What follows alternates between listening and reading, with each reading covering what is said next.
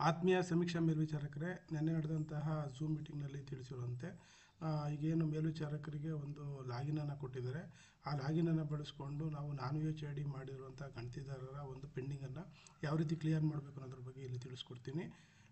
ಮೊದಲನೇದಾಗಿ ಈಗ ಆಲ್ರೆಡಿ ಏನು ಸೂಪರ್ವೈಸರ್ ಲಾಗಿನ್ ನಿಮಗೆ ಲಿಂಕು ವಾಟ್ಸಪ್ ಗ್ರೂಪ್ನಲ್ಲಿ ಲಭ್ಯ ಇದೆ. ಆ ಲಿಂಕನ್ನು ಬಳಸ್ಕೊಂಡು ನೀವು ಆ ಲಿಂಕನ್ನು ಕ್ಲಿಕ್ ಮಾಡಿದರೆ ನಿಮಗೆ ಈ ಒಂದು ಲಾಗಿನ್ ಪೇಜ್ ಓಪನ್ ಆಗ್ತದೆ. ಈ ಲಾಗಿನ್ ಪೇಜಲ್ಲಿ ನಿಮಗೆ ಏನು ವೈಟ್ ಲಿಸ್ಟ್ ಆಗಿರುವಂತಹ ಅಂದರೆ ಸೂಪರ್ವೈಸರಿಗೆ ವೈಟ್ ಲಿಸ್ಟ್ ಆಗಿರುವಂತಹ ಮೊಬೈಲ್ ನಂಬರಿಗೆ ನೀವು ಎಂಟ್ರಿ ಮಾಡಬೇಕಾಗುತ್ತೆ. ಇಲ್ಲಿ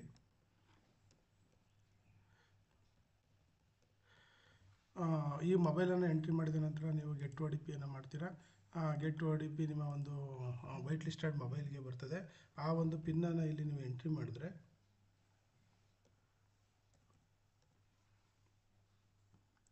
ನಿಮಗೆ ಲಾಗಿನ್ ಆಗ್ತದೆ. ಲಾಗಿನ್ ಆದ ನಂತರ ಲಾಗಿನ್ ಪೇಜನ್ನು ನೀವು ನೋಡ್ತಾ ಇದ್ದೀರಾ.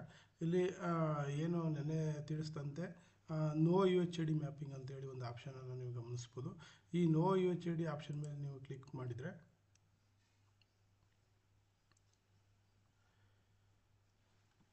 ನಿಮಗೆ ಯಾರು ನೋ ಎಚ್ ಐ ಡಿ ಅಂದರೆ ನಿಮ್ಮ ಅಂಡರ್ ಇರುವಂತಹ ಯಾರು ಗಣತಿದಾರರು ನೋ ಯು ಎಚ್ ಐ ಡಿಯನ್ನು ಬಳಸಿ ಗಣತಿಯನ್ನು ಮಾಡಿದರೆ ಅವರ ಒಂದು ಪಟ್ಟಿ ಓಪನ್ ಆಗುತ್ತೆ. ಇಲ್ಲಿ ಅವರ ಒಂದು ಬ್ಲಾಕ್ ಕೋಡ್ ಇರ್ತದೆ ಮತ್ತು ಅವರ ಅಪ್ಲಿಕೇಶನ್ ಐ ಡಿ ಅಂತಂದರೆ ಅವರು ಏನು ಸಮೀಕ್ಷೆಯ ನಂತರ ಜನರೇಟ್ ಆಗಿರುವಂಥ ಅಪ್ಲಿಕೇಶನ್ ಐ ಡಿ ಇರ್ತದೆ. ಅದಾದ ನಂತರ ಎನಿಮೇಟರ್ ನೇಮ್ ಇರ್ತದೆ, ಅದೇ ಎನಿಮೇಟರ್ ಫೋನ್ ನಂಬರ್ ಇರ್ತದೆ ಮತ್ತು ರೆಸಿಡೆಂಟ್ ನೇಮ್ ಇರ್ತದೆ. ಅಂದರೆ ಅವರು ಯಾರ ಮನೆಯನ್ನು ಸಮೀಕ್ಷೆ ಮಾಡಿದ್ದಾರೆ, ಅಂದರೆ ನೋ ಯು ಎಚ್ ಐ ಡಿಯನ್ನು ಬಳಸಿ ಸಮೀಕ್ಷೆಯನ್ನು ಮಾಡಿದ್ದಾರೆ, ಆ ಮನೆಯ ರೆಸಿಡೆಂಟ್ ನೇಮ್ ಇರ್ತದೆ ಮತ್ತು ಅವರ ಒಂದು ಫೋನ್ ನಂಬರ್ ಇರ್ತದೆ. ಈಗ ಮೇಲ್ವಿಚಾರಕರು ಮಾಡಬೇಕಾಗಿರುವಂಥ ಕೆಲಸ ಏನಪ್ಪ ಅಂತಂದರೆ ಇಲ್ಲಿ ಏನು ರೆಸಿಡೆಂಟ್ ಫೋನ್ ನಂಬರ್ ಇದೆ ಅವರಿಗೆ ನಾವು ಕಾಲ್ ಮಾಡಬೇಕಾಗುತ್ತೆ. ಮೇಲ್ವಿಚಾರಕರು ಕಾಲ್ ಮಾಡಿ ಅವರಿಂದ ಆರ್ ಆರ್ ನಂಬರನ್ನು ಪಡೆದುಕೊಂಡು ಆರ್ ಆರ್ ನಂಬರನ್ನು ಜೊತೆಗೆ ಹಿಂದೆ ಅವ್ರಿಗೆ ನೀಡಿದಂತಹ ಯು ಎಚ್ ಐ ಡಿ ಸಂಖ್ಯೆ ಅಂದರೆ ಹಳೆಯ ಯು ಎಚ್ ಐ ಡಿ ಸಂಖ್ಯೆಯನ್ನು ನಾವು ಇಲ್ಲಿ ಎಂಟರ್ ಮಾಡಬೇಕಾಗುತ್ತೆ. ಇಲ್ಲಿ ನಿಮಗೆ ಡ್ರಾಪ್ ಡೌನ್ ಬಾಕ್ಸ್ ಇದೆ. ಈ ಡ್ರಾಪ್ ಡೌನ್ ಬಾಕ್ಸಿಂದ ನೀವು ಸರ್ಚ್ ಮಾಡಿ ಸಹ ಏನು ಮಾಡ್ಬೋದು, ಯು ಎಚ್ ಐ ಡಿಯನ್ನು ತೊಗೊಳ್ಳೋಕ್ಕೆ ಅವಕಾಶವನ್ನು ಕೊಟ್ಟಿದ್ದಾರೆ.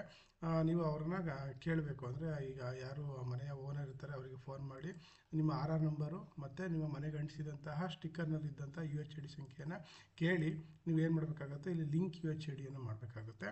ಅದಕ್ಕೆ ನಿಮಗೆ ಬೇಕಾಗಿರೋ ಮಾಹಿತಿ ಆರ್ ಆರ್ ನಂಬರ್ ಮತ್ತು ಹಳೆ ಯು ಎಚ್ ಐ ಡಿ ಸಂಖ್ಯೆ. ಆರ್ ಆರ್ ನಂಬರನ್ನು ಎಂಟರ್ ಮಾಡ್ತೀರಾ. ಆರ್ ಆರ್ ನಂಬರನ್ನು ಎಂಟ್ರಿ ಮಾಡ್ತೀರಾ.